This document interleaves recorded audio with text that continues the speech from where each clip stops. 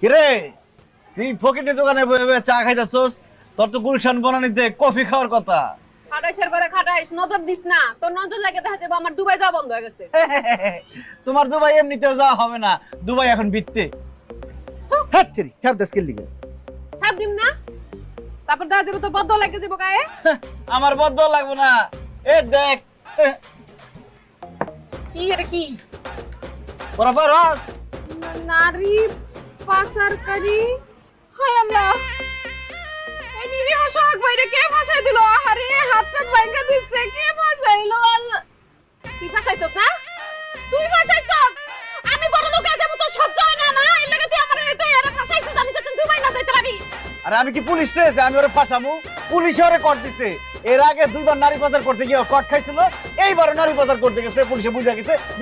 কিরে তুই ফকিরের দোকানে বসে বসে চা খাইতেছস?